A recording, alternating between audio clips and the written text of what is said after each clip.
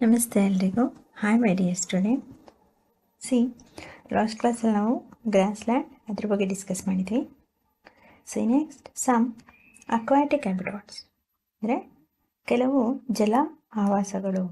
ಇಲ್ಲಿವರೆಗೂ ಏನು ನಾವು ಸಮ್ ಟೆರೆಸ್ಟ್ರಿಯಲ್ ಹ್ಯಾಬಿಟಾಟಲ್ಲಿ 3 ಟೈಪ್ಸು, ಅದರಲ್ಲಿ ಒಂದು ಡೆಸರ್ಟು, ಮೌಂಟೈನ್ ರೀಜನ್ಸು ಮತ್ತು ಗ್ರಾಸ್ಲ್ಯಾಂಡ್, ಇದು ಮೂರನ್ನು ಡಿಸ್ಕಸ್ ಮಾಡಿದ್ವಿ. ಇನ್ನು ನೆಕ್ಸ್ಟ್ ಸಮ್ ಅಕ್ವಾಟಿಕ್ ಹ್ಯಾಬಿಟಾಟ್ಸ್, ಅದರಲ್ಲಿ ಜಲವಾಸಿಗಳು ಅಂದರೆ ಭೂಮಿ ಮೇಲೆ ಯಾವ ರೀತಿ ಇರುತ್ತೆ ಅಲ್ಲಿ ಕಂಡುಬರುವಂತಹ ಸಸ್ಯ ಮತ್ತು ಪ್ರಾಣಿಗಳ ಬಗ್ಗೆ ಡಿಸ್ಕಸ್ ಮಾಡಿದ್ವಿ. ನೆಕ್ಸ್ಟು ನೀರಿನ ಒಳಗಡೆ, ಅಲ್ಲೂ ಸಹ ಪ್ಲ್ಯಾಂಟ್ಸ್ ಇದೆ, ವೆರೈಟೀಸ್ ಆಫ್ ಅನಿಮಲ್ಸ್ ಇದೆ, ಅಲ್ಲೂ ತುಂಬ ಚೆನ್ನಾಗಿರುತ್ತೆ. ಅದರ ಇಮೇಜಸ್ನ ನಾನು ಹಾಕ್ತೀನಿ. ಅಂದರೆ ಸಾಗರದ ಒಳಗಿರ್ತಕ್ಕಂಥ ಡಿಫ್ರೆಂಟ್ ಪ್ಲ್ಯಾಂಟ್ಸು ಮತ್ತು ಅನಿಮಲ್ಸ್ನ ನೀವು ಸಹ ಜಿಯೋಗ್ರಫಿ ಚಾನಲ್, ಅನಿಮಲ್ ಪ್ಲಾನೆಟ್ ಇದರಲ್ಲೆಲ್ಲ ನೋಡಿರ್ತೀರ. ಬಟ್ ಓಕೆ, ಒಂದಷ್ಟು ಇಮೇಜಸ್ನ ನೀವು ನೋಡಿ. ಬಟ್ ನಾವು ಎಲ್ಲರೂ ತಿಳಿದಿರುವಂತೆ ಭೂಮಿ ಮೇಲೆ ಹೆಚ್ಚು ಪ್ಲ್ಯಾಂಟ್ಸು, ಟ್ರೀಸನ್ನು ನೋಡೋದು. ಆದರೆ ಸಾಗರದ ತಳಭಾಗದಲ್ಲೂ ವೆರೈಟೀಸ್ ಆಫ್ ಪ್ಲ್ಯಾಂಟ್ಸ್ ಇರುತ್ತೆ. ಸೊ ಹಾಗಾಗಿ ಜಲ ಆವಾಸಗಳು ಯಾವ ರೀತಿ ಇರುತ್ತೆ ಅದರಲ್ಲಿ ಫಸ್ಟ್ ಒನ್ ಸಾಗರಗಳು, ಓಷನ್ಸ್, ದೊಡ್ಡ ದೊಡ್ಡ ಸಾಗರ. We already discussed how fish are adapted to live in the sea. Sea ಅಂದರೆ ಸಾಗರ ಅಥವಾ ಸಮುದ್ರ ಅಂತಲೇ. ಸಿ ಅಥವಾ ಓಷನ್ಸ್ ಎಲ್ಲ ಒಂದೇ ಸಿನೋನಿಮ್ಸ್. ನಾವೆಲ್ಲರೂ ಆಲ್ರೆಡಿ ಡಿಸ್ಕಸ್ ಮಾಡಿದ್ದೀವಿ ಫಿಶ್ ಹೇಗೆ ನೀರಿನಲ್ಲಿ ಜೀವಿಸುತ್ತೆ, ಅದು ಹೇಗೆ ಹೊಂದಾಣಿಕೆ ಮಾಡ್ಕೊಂಡಿದೆ, ಅದರ ಬಾಡಿ ಶೇಪ್ ಬೋಟ್ ಶೇಪ್ ಇರುತ್ತೆ, ದೋಣಿ ಆಕಾರದಲ್ಲಿ, ಅದರ ಫಿನ್ಸ್ ಹೇಗಿರುತ್ತೆ, ಅದರ ಗಿಲ್ಸ್ ಯಾವುದಕ್ಕೆ ಹೆಲ್ಪ್ ಮಾಡುತ್ತೆ, ಇದೆಲ್ಲ ಡಿಸ್ಕಸ್ ಮಾಡಿದ್ದೀವಿ ಅಲ್ವಾ. But many other animals haves streamlined bodies to help them move easily in water. Is not only for fish. ಬರೀ ಮೀನಿಗೆ ಮಾತ್ರ ಸ್ಟ್ರೀಮ್ಲೈನ್ ಬಾಡಿ, ದೋಣಿ ಆಕಾರದ ರಚನೆಯ ದೇಹ ಇರಲ್ಲ. ಇತರ ಪ್ರಾಣಿಗಳು ಅಂದರೆ ನೀರಿನಲ್ಲಿ ವಾಸಿಸುವ ಇತರ ಪ್ರಾಣಿಗಳು ಸಹ ಸ್ಟ್ರೀಮ್ಲೈನ್ ಬಾಡಿ, ದೋಣಿ ಆಕಾರದ ರಚನೆಯನ್ನು ಹೊಂದಿರುತ್ತೆ ಅದರ ಬಾಡಿ, ದೇಹ. ಇದರಿಂದ ಏನಕ್ಕೆ ಉಪಯೋಗ? Help them to move easily in water. ನೀರಿನಲ್ಲಿ ಸುಲಭವಾಗಿ ಈಜಲು ಅಥವಾ ನೀರಿನ ಒಳಗೆ ನೀರನ್ನು ಸೀಳಿಕೊಂಡು ನೀರಿನ ಒಳಭಾಗದಲ್ಲಿ ಸುಲಭವಾಗಿ ಚಲಿಸಲು ಆ ಒಂದು ಸ್ಟ್ರೀಮ್ಲೈನ್ ಬಾಡಿ ಅಕ್ವಾಟಿಕ್ ಅನಿಮಲ್ಸ್ಗೆ ಹೆಲ್ಪ್ ಮಾಡುತ್ತೆ. There are some sea animals like squids and octopus. ಅದರಲ್ಲಿ ಸಾಗರದಲ್ಲಿ ಕಂಡುಬರ್ತಕ್ಕಂತಹ ಕೆಲವು ಪ್ರಾಣಿಗಳಾದಂತಹ ಆಕ್ಟೋಪಸ್, ನೀವೆಲ್ಲರೂ ನೋಡಿರ್ತೀರ, 8 ಕಾಲುಗಳನ್ನು ಹೊಂದಿರುತ್ತೆ. Octopus and ಸ್ಕ್ವಿಡ್ಸ್.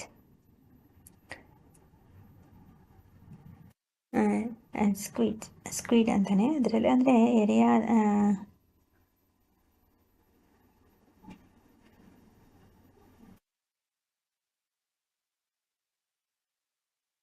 ಜೆಲ್ಲಿ ಫಿಶ್ ಇರುತ್ತೆ, ಸ್ಕ್ವಿಡ್ಸ್ ಇರುತ್ತೆ, ಸ್ಟಾರ್ ಫಿಶ್ ಇರುತ್ತೆ.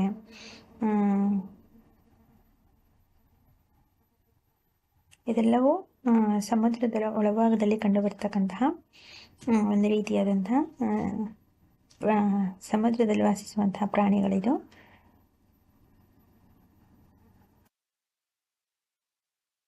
Octopus, squids and octopus.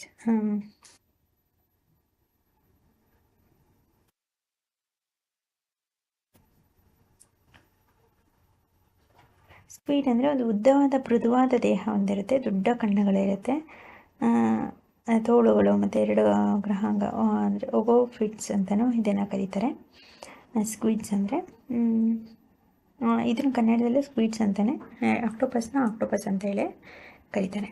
Which do not have this streamline shape. ಆದರೆ ಈ ಸಮುದ್ರದಲ್ಲಿ ವಾಸಿಸುವಂತಹ ಈ ಪ್ರಾಣಿಗಳಿಗೆ streamline body ಇರಲ್ವಂತೆ.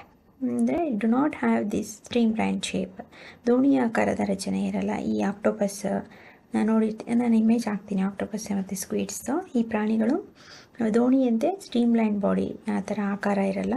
They stay deeper in ocean. ಇವುಗಳು ಎಲ್ಲಿ ವಾಸಿಸುತ್ತೆ? ಸಮುದ್ರದ ತಳಭಾಗದಲ್ಲಿ, ಸಮುದ್ರದ ಆಳವಾದ ಭಾಗದಲ್ಲಿ, ಸಾಗರದ ತಳಭಾಗದಲ್ಲಿ ಈ ಪ್ರಾಣಿಗಳು ಕಂಡುಬರುತ್ತೆ.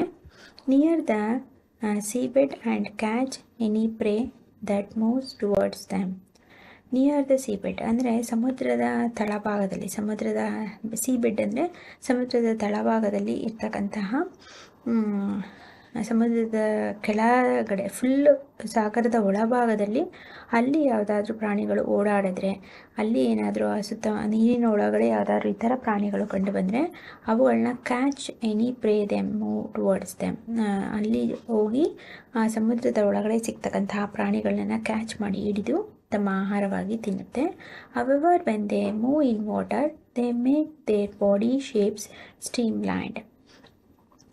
ಆದರೆ when they move in water, ಆದರೆ ಈ ಆಕ್ಟೋಪಸ್ಸು ಮತ್ತು ಈ ಸ್ಕ್ವಿಡ್ಸ್ ಇದೆಯಲ್ಲ, ಈ ಪ್ರಾಣಿಗಳು ನೀರಿನ ಒಳಗಡೆ ಚಲಿಸ್ಬೇಕಾದ್ರೆ ಏನು ಮಾಡುತ್ತೆ, make their body shape stream line, ತನ್ನ ದೇಹವನ್ನು ದೋಣಿ ಆಕಾರದ ಹಾಗೆ ತಾನೇ ಮಾಡಿಕೊಳ್ಳುತ್ತಂತೆ.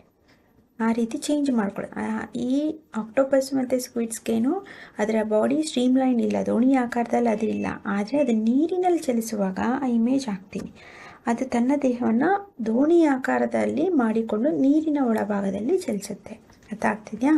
ಅಂದರೆ when they move in water, ಅದು ನೀರಿನ ಒಳಗಡೆ ಚಲಿಸ್ಬೇಕಾದ್ರೆ ದೇ ಮೇಕ್ ದೇರ್, ಅದೇ ಮಾಡ್ಕೊಳ್ಳೋದು ತನ್ನ ದೇಹದ ಶೇಪನ್ನ ಆ ರೀತಿ. ಈಗ ನಾವು ಕೈಕಾಲುಗಳನ್ನೆಲ್ಲ ಕೆಲವೊಂದ್ಸಲ ಮಡಚ್ಕೊಳ್ಳೋದು, ಈಜಬೇಕಾದ್ರೆ ಉದ್ದಕ್ಕೆ ಮಾಡ್ಕೊಳ್ತೀವಿ ಅಲ್ವಾ? ಈ ಸ್ವಿಮ್ ಮಾಡೋರನ್ನ ಅಬ್ಸರ್ವ್ ಮಾಡಿ, ಲಾಂಗ್ ಜಂಪ್ ಮಾಡ್ಬೇಕಾದ್ರೆ ನಮ್ಮ ಬಾಡಿನ ಎತ್ತರವಾಗಿ ಜಿಗಿತೀವಿ. ಆ ರೀತಿ ತನ್ನ ದೇಹವನ್ನು ಸ್ಟ್ರೀಮ್ ಲೈನ್, ದೋಣಿ ಆಕಾರದ ರಚನೆಯಾಗಿ ತಾನು ಚೇಂಜ್ ಮಾಡ್ಕೊಳ್ಳುತ್ತೆ.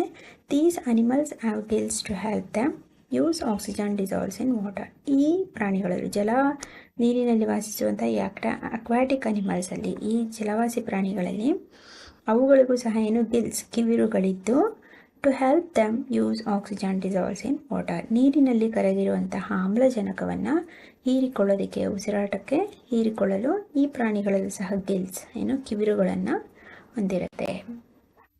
ಆಯ್ತಾ? Next, there are some sea animals like dolphins and whales that do not have, ಅದಲ್ಲದೆ ಇತರ ಸಾಗರದ ಪ್ರಾಣಿಗಳಾದ ಸಿ ಅನಿಮಲ್ಸ್ ಲೈಕ್ ಯಾವುದು, ಡಾಲ್ಫಿನ್ಸ್ ನೋಡಿರ್ತೀರ ಅನ್ಕೋತೀನಿ, ಆ್ಯಂಡ್ ವೇಲ್ಸ್, ತಿಮಿಂಗಿಲಗಳು, what do not have gills, ಆದರೆ ತಿಮಿಂಗಿಲ ಮತ್ತು ಡಾಲ್ಫಿನ್ಸ್ಗೆ ಗಿಲ್ಸ್ ಇರಲ್ವಂತೆ, ಕಿವಿರುಗಳು ಇರಲ್ವಂತೆ. They do not have gills. They breathe in air through nostrils or blowholes that are located on the upper part of their heads. ಈ dolphins ಮತ್ತು ತಿಮಿಂಗಿಲಗಳು ಸಾಗರದಲ್ಲಿ ಈ ರೀತಿ ಜಂಪ್ ಮಾಡ್ತಾ ಇರುತ್ತೆ, ಅಬ್ಸರ್ವ್ ಮಾಡಿರ್ತೀರ. ನೀರಿನ ಒಳಗಿಂದ ಹಿಂಗೆ ಬರೋದು, ಜಂಪ್ ಮಾಡೋದು, ಮೇಲೆ ಹೋಗೋದು ಮತ್ತು ಒಳಗೆ ಹೋಗೋದು, ಮೇಲೆ ಬರೋದು ಒಳಗೆ ಹೋಗೋದು, ಈ ರೀತಿ ಜಂಪ್ ಮಾಡ್ತಾರೆ. ಯಾಕಂದರೆ ಈ ಪ್ರಾಣಿಗಳಿಗೆ ಗಿಲ್ಸ್ ಇಲ್ಲ, ಅಂದರೆ ಕಿವಿರುಗಳಿಲ್ಲ. ಅದಕ್ಕೆ ಉಸಿರಾಡೋದಕ್ಕೆ ಆಕ್ಸಿಜನ್ ಬೇಕು ಅಲ್ವಾ? ಇಲ್ಲಾಂದರೆ ನೀರೊಳಗೇನು ಹೀರ್ಕೊಳ್ಳೋಕ್ಕೆ ಗಿಲ್ಸ್ ಇಲ್ಲ, ಆಕ್ಸಿಜನ್ನ ಮೇಲೆ ಬಂದು ಆಮ್ಲಜನಕವನ್ನು ತಗೋಬೇಕು. ಹಾಗಾಗಿ ಅವು ಏನು ಮಾಡುತ್ತೆ, they breathe in air through nostril, ತಮ್ಮ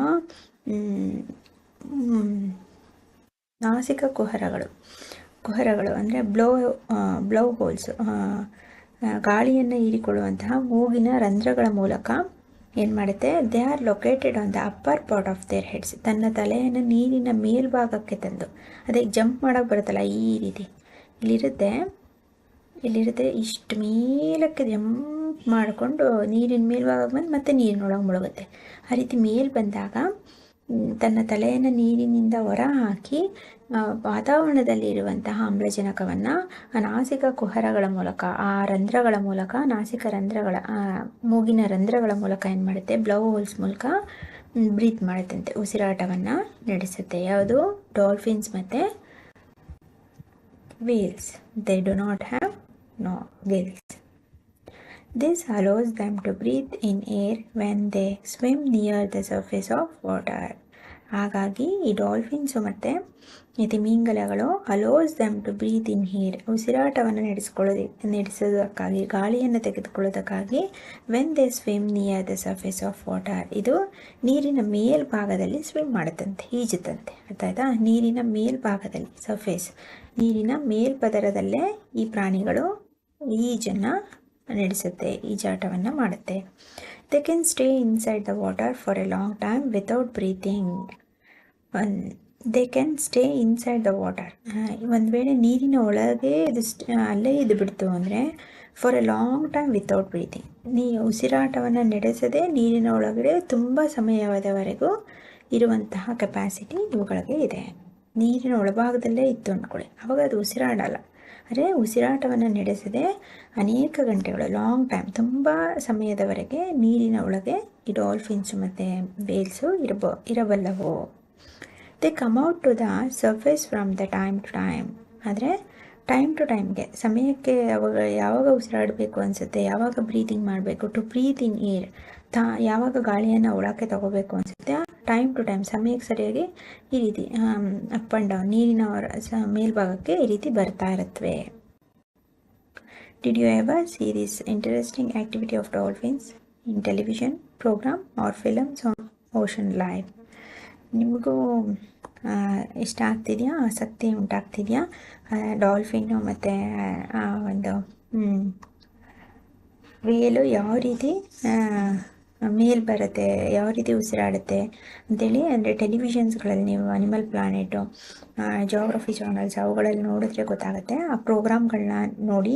ಅವ್ರ ಫಿಲಮ್ ಅದೇ ಈ ಡಾಲ್ಫಿನ್ಸ್ದೇ ಫಿಲಮ್ಸ್ಗಳು ತುಂಬ ಚೆನ್ನಾಗಿರುತ್ತೆ. ವೇಲ್, ಬ್ಲೂ ವೇಲ್, ಡಾಲ್ಫಿನ್ಸ್ದೇ ಸಾಗರದ ಲೈಫ್ ಹೇಗಿರುತ್ತೆ, ಓಷನ್ ಲೈಫ್ ಅಂದರೆ ಸಮುದ್ರದಲ್ಲಿ ಆ ಜೀವಿಗಳ ಲೈಫ್ ಹೇಗಿರುತ್ತೆ, ಅವುಗಳು ಯಾವ ರೀತಿ ವಾಸಿಸುತ್ತೆ ಅಂಥೇಳಿ ಆ ಡಾಲ್ಫಿನ್ಸ್ ಮತ್ತು ವೇಲ್ಸ್, ಬ್ಲೂ ವೇಲ್ಸ್ ಇವುಗಳ ಮೂವೀಸ್ಗಳು, ಫಿಲಮ್ಗಳಿರುತ್ತೆ. ನಿಮಗೂ ಮಕ್ಕಳಿಗೆಲ್ಲ ಇಷ್ಟ ಆಗುತ್ತೆ. ಅನಿಮಲ್ಸ್, ಓಷನ್ ಲೈಫ್ ಅನಿಮಲ್ಸ್ ಮೂವೀಸ್ನ ನೋಡಿ ನಿಮಗೆ ಅವುಗಳ ಬಗ್ಗೆ ಒಂದು ಐಡಿಯಾ ಬರುತ್ತೆ. ಡಾಲ್ಫಿನ್ಸ್ ಮತ್ತು ವೇಲ್ಸ್ ಎಲ್ಲ ಯಾವ ರೀತಿ ಕೇರ್ನ ತಗೊಳುತ್ತೆ ಅಂತೇಳಿ ಸಾಧ್ಯವಾದರೆ ನೀವು ಆ ಮೂವಿಗಳನ್ನ ಅಥವಾ ಆ ಒಂದು ಟೆಲಿವಿಷನ್ ನಿಮ್ಮ ಟಿ ವಿನಲ್ಲಿ ಆ ಒಂದು ಓಷನ್ಸ್ ಚಾನಲ್ಸ್ ಅಂದರೆ ಅನಿಮಲ್ ಚಾನಲ್ಸೇ ಬರುತ್ತಲ್ಲ ಅದರಲ್ಲಿ ನೋಡಿ ಅಂತ. ಅರ್ಥ ಆಯ್ತಾ?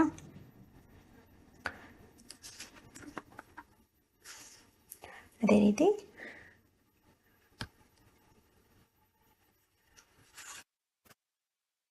Next Pond's and lakes.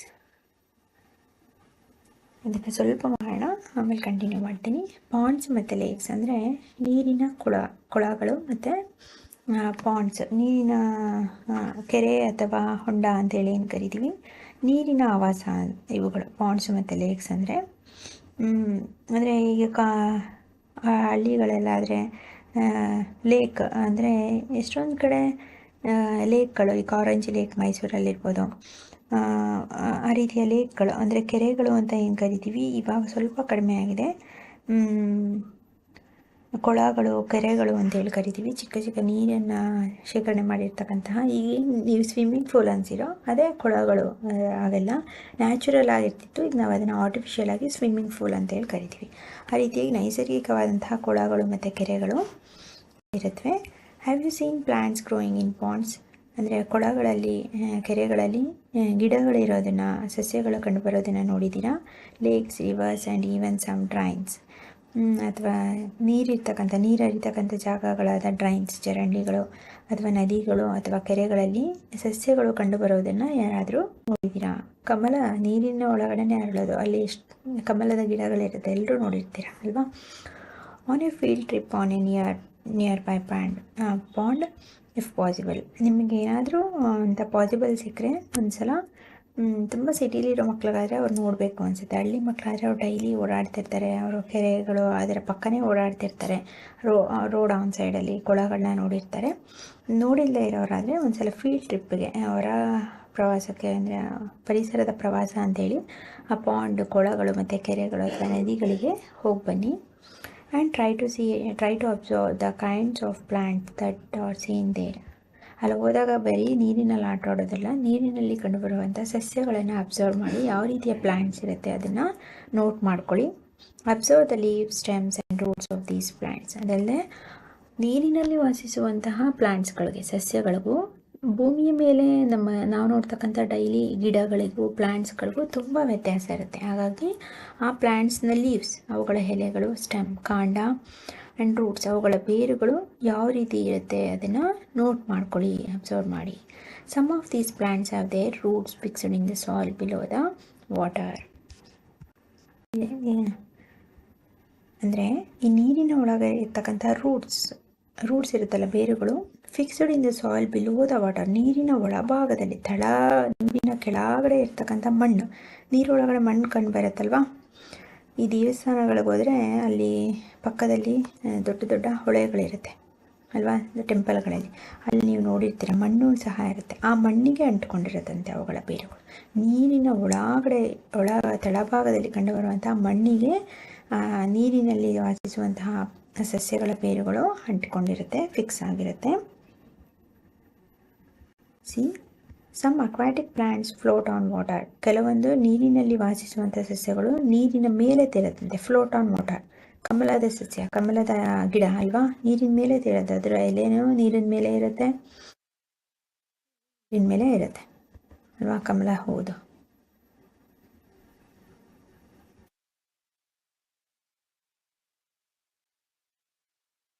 Some have they roots fixed in the soil at the bottom. ಎಲ್ಲ ಸಸ್ಯಗಳದ್ದು ಮಣ್ಣಿನ ನೀರೊಳಗಿರ್ತಕ್ಕಂಥ ಮಣ್ಣಿಗೆ ಅವುಗಳ ಬೇರೆ ಅಂಟ್ಕೊಂಡಿರಲಿಲ್ಲ. ಕೆಲವೊಂದು ನೀರಿನ ಮೇಲೆ ತೇಲುತ್ತೆ ಸಸ್ಯಗಳು, ಕೆಲವೊಂದು ಮಾತ್ರ ನೀರಿನ ಒಳಗಡೆ ಇರ್ತಕ್ಕಂಥ ಮಣ್ಣಿಗೆ ಫಿಕ್ಸ್ ಆಗಿರುತ್ತೆ. Some aquatic plants are submerged in water, ಕೆಲವೊಂದು ನೀರು ಒಳಗಡೆನೆ ಸಬ್ಮರ್ಜ್, ಅಂದರೆ ಮೇಲೂ ಇರಲ್ಲ ತುಂಬ ಕೆಳಗೂ ಇರಲ್ಲ, ನೀರು ಒಳಭಾಗದಲ್ಲೇ ಸಬ್ಮರ್ಜ್ ಆಗಿರುತ್ತೆ, ಅಲ್ಲೇ ಸೇರ್ಕೊಂಡ್ಬಿಟ್ಟಿರುತ್ತೆ. ಆಯಿತಾ, ಇಷ್ಟಿರಲಿ. ನೆಕ್ಸ್ಟ್ ಕ್ಲಾಸಲ್ಲಿ ಇದ್ರ ಬಗ್ಗೆ ಡಿಸ್ಕಸ್ ಮಾಡೋಣ. ಏನಾದರೂ ಡೌಟ್ಸ್ ಇತ್ತು, ಅರ್ಥ ಆಗಲಿಲ್ಲ ಅಂದರೆ ಅದನ್ನು ಡಿಸ್ಕ್ರಿಪ್ಷನಲ್ಲಿ ಕಾಮೆಂಟ್ ಮಾಡಿ, ನಿಮ್ಮ ಫ್ರೆಂಡ್ಸ್ಗಳಿಗೆ ಶೇರ್ ಮಾಡಿ, ಅವ್ರಿಗೂ ಸಹ ಸಬ್ಸ್ಕ್ರೈಬ್ ಮಾಡ್ಕೊಳಕ್ಕೆ ಹೇಳಿ. ಹಾಗೆ ಈಸಿಯಾಗಿ ಅವರು ಸರ್ಚ್ ಮಾಡೋ ಅವಶ್ಯಕತೆ ಇರಲ್ಲ ವೀಡಿಯೋಸು, ನಾನು ಡೈಲಿ ಆಗ್ತಕ್ಕಂಥ ವೀಡಿಯೋಸ್ನ. ಆ್ಯಂಡ್ ದೆನ್ ಆದಷ್ಟು ಟೆಕ್ಸ್ಟ್ ಬುಕ್ನ ರೀಡ್ ಮಾಡಿ, ಟೆಕ್ಸ್ಟ್ ಬುಕ್ ಇಟ್ಕೊಂಡು ಆಡಿಯೋನ ಕೇಳಿಸ್ಕೊಳ್ಳಿ, 2-3 ಟೈಮ್ ಕೇಳಿ, ಇಂಪಾರ್ಟೆಂಟ್ ಮಾಡನ್ನ ಅಂಡರ್ಲೈನ್ ಮಾಡ್ಕೊಳ್ಳಿ, ನೀವೇ ಹೋಮ್ವರ್ಕ್ ಕ್ವಶನ್ಗೆ ಆನ್ಸರ್ ಮಾಡೋಕ್ಕೆ ಟ್ರೈ ಮಾಡಿ. ಆಯಿತಾ. give 2 examples of oceans or sea animals. ಸಮುದ್ರದ 2 ಪ್ರಾಣಿಗಳಿಗೆ ಉದಾಹರಣೆ ಕೊಡಿ, ಸಮುದ್ರದಲ್ಲಿ ವಾಸಿಸುವಂಥದ್ದು. And why the octopus and squids have no streamlined body. Octopus ಮತ್ತು ಸ್ಕ್ವಿಡ್ಸ್ಗೆ ಯಾಕೆ ಸ್ಟ್ರೀಮ್ಲೈನ್ಡ್ ಬಾಡಿ ಇಲ್ಲ?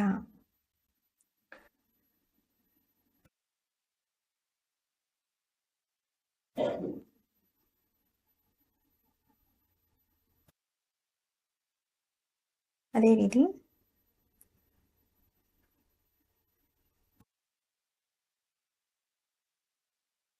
ರೈಟ್ ಎ ಶಾರ್ಟ್ ನೋಟ ಅಥವಾ ಆ್ಯಂಡ್ ಇಲ್ಲ, ಹಾಗೆ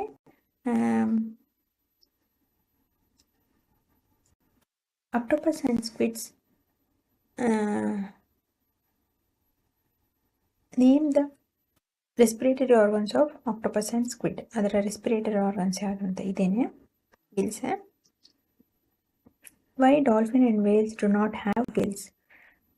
ಡಾಲ್ಫಿನ್ಸ್ ಮತ್ತು ವೇಲ್ಸ್ಗೆ ಯಾಕೆ ಗಿಲ್ಸ್ ಇಲ್ಲ? How the dolphins and explain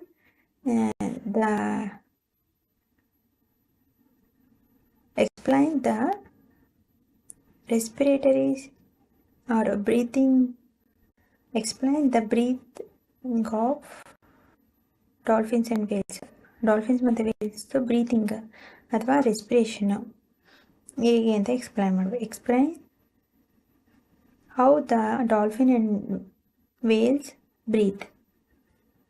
ಹೇಗೆ ಉಸಿರಾಡುತ್ತೆ ಡಾಲ್ಫಿನ್ಸ್ ಮತ್ತು ವೇಲ್ಸ್, ಅದನ್ನು ಎಕ್ಸ್ಪ್ಲೈನ್ ಮಾಡಿ.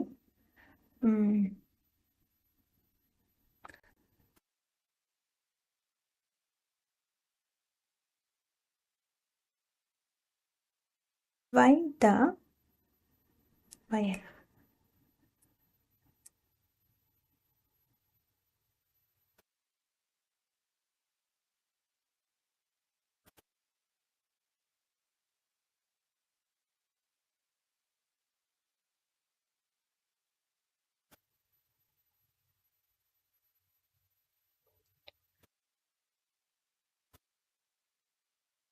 Where the ponds and lake plant roots have fixed in water.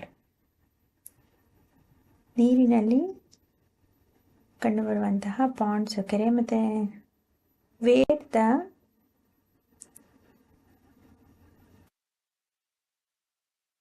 Lake plants roots fixed in water. ಕೆರೆಯಲ್ಲಿ ಕಂಡುಬರುವಂತಹ ಸಸ್ಯದ ಬೇರುಗಳು ಎಲ್ಲಿ ಫಿಕ್ಸ್ ಆಗುತ್ತೆ ಅದನ್ನು ಬರೀರಿ. ಸಾಯಿಲ್ ಬಿಲೋ ದ ವಾಟರ್ ಅದೇ ಫಿಕ್ಸ್ಡ್.